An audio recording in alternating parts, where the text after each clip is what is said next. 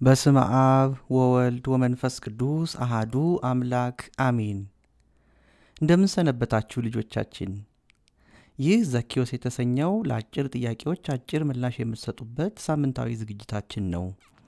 ለዚህ ሳምንት ደግሞ እግዚአብሔር ዓለሙን እንዴት ፈጠረ የሚለውን እንድትረዱ ስነ ፍጥረትን በተመለከተ 15 ጥያቄዎችን አዘጋጅተንላችኋል። እየመለሳችሁ እንድትማሩ በአክብሮት እንጠይቃችኋለን። መልካም ጊዜ። ዓለሙንና በውስጧ ያሉትን ሁሉ የፈጠረ ማን ነው? መላእክት፣ ሰው ወይንስ እግዚአብሔር?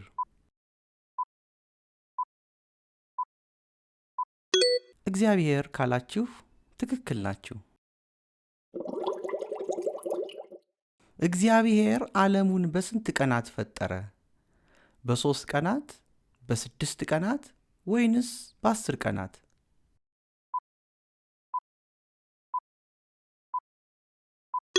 በ6 ቀናት ካላችሁ ትክክል ናችሁ። ከእሁድ እስከ ዓርብ ባሉት ቀናት ፍጥረታትን ፈጥሮ ጨርሶልናል። ከሚከተሉት ውስጥ በመጀመሪያው ቀን የተፈጠረ ፍጥረት የቱ ነው? መላእክትና ብርሃን፣ ፀሐይና ጨለማ ወይንስ እንስሳት?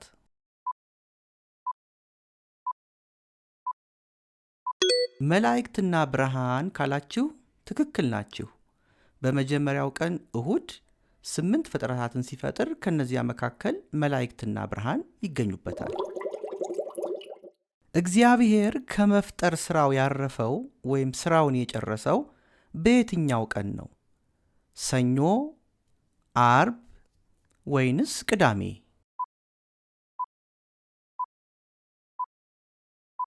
በሰንበት ቅዳሜ ቀን ነው ካላችሁ በትክክል መልሳችኋል። ይህችንም ቀን እኛም እንድናርፍባት እግዚአብሔር ቀዳሚት ሰንበት ብሎ ሰርቶልናል። የመጀመሪያው ሰው ማን ይባላል? አዳም፣ ኖህ ወይንስ ሙሴ?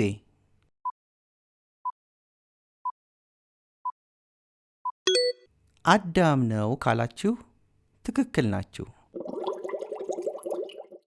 የመጀመሪያዋ ሴት ማን ትባላለች?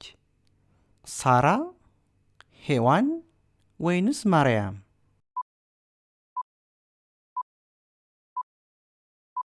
ሔዋን ነች ካላችሁ በትክክል መልሳችኋል። አዳምና ሔዋን የተፈጠሩባት ቦታ ማን ትባላለች? ኢየሩሳሌም፣ ኤልዳ ወይንስ ቤተሳይዳ?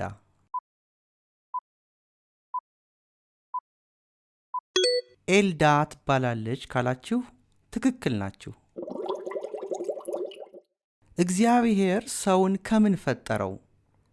ከሰማይ፣ በቃሉ ብቻ ከምንም ወይንስ ከአፈር?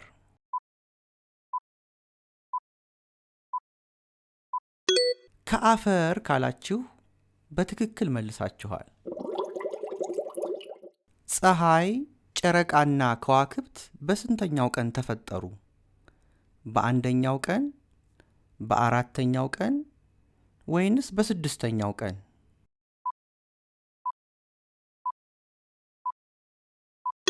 በአራተኛው ቀን ወይም ረቡዕ ቀን ካላችሁ በትክክል መልሳችኋል። እግዚአብሔር ሰውን የፈጠረው በማን አምሳል ነው? በራሱ አምሳል፣ በመላእክት አምሳል ወይንስ በእንስሳት አምሳል?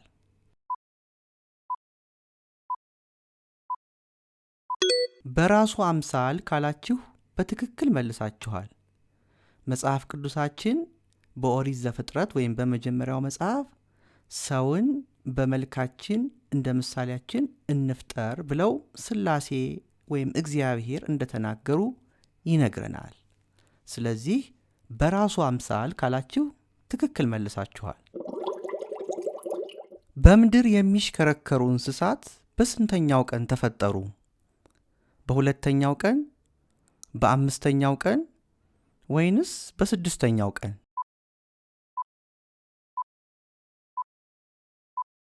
በስድስተኛው ቀን ካላችሁ በትክክል መልሳችኋል።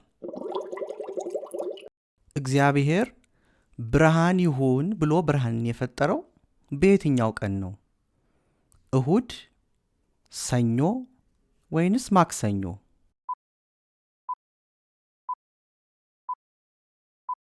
እሁድ ካላችሁ ትክክል ናችሁ።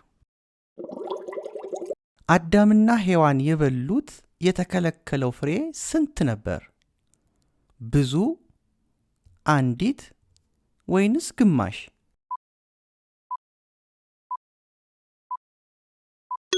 አንድ ወይም አንዲት ነበረች ካላችሁ ትክክል ናችሁ። እግዚአብሔር ሰማይና ምድርን በምን ፈጠረ?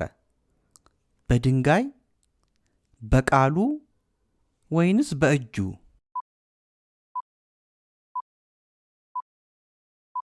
በቃሉ ካላችሁ ትክክል ናችሁ። ሰማይ ይሁን ምድርም ይሁን እያለ በቃሉ ብቻ በመናገር ፈጥሯቸዋል። የሰው ልጅ ከሌሎች ፍጥረታት የሚለየው በምንድን ነው? በመብላቱ፣ በአምሳለ እግዚአብሔር በመፈጠሩ ወይስ በመተኛቱ?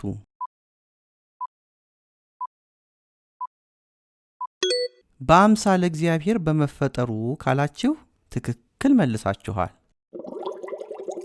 ልጆቻችን ለዛሬ ስነ ፍጥረትን በተመለከተ ያዘጋጀንላችሁ ጥያቄዎች የእስካሁኖቹን ይመስሉ ነበር።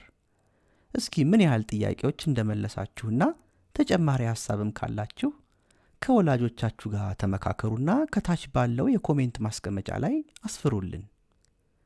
ቪዲዮዎቻችንን ደግሞ ከወደዳችሁ ላይክ በማድረግ እንደዚሁም ሌሎች እንዲመለከቱ ሼር በማድረግ ቻናሉን ደግሞ ምናልባት ሰብስክራይብ ሳታደርጉ እያያችሁ ከሆነ ሰብስክራይብ በማድረግ አብራችሁ እንድትሆኑ በአክብሮት እንጠይቃችኋለን።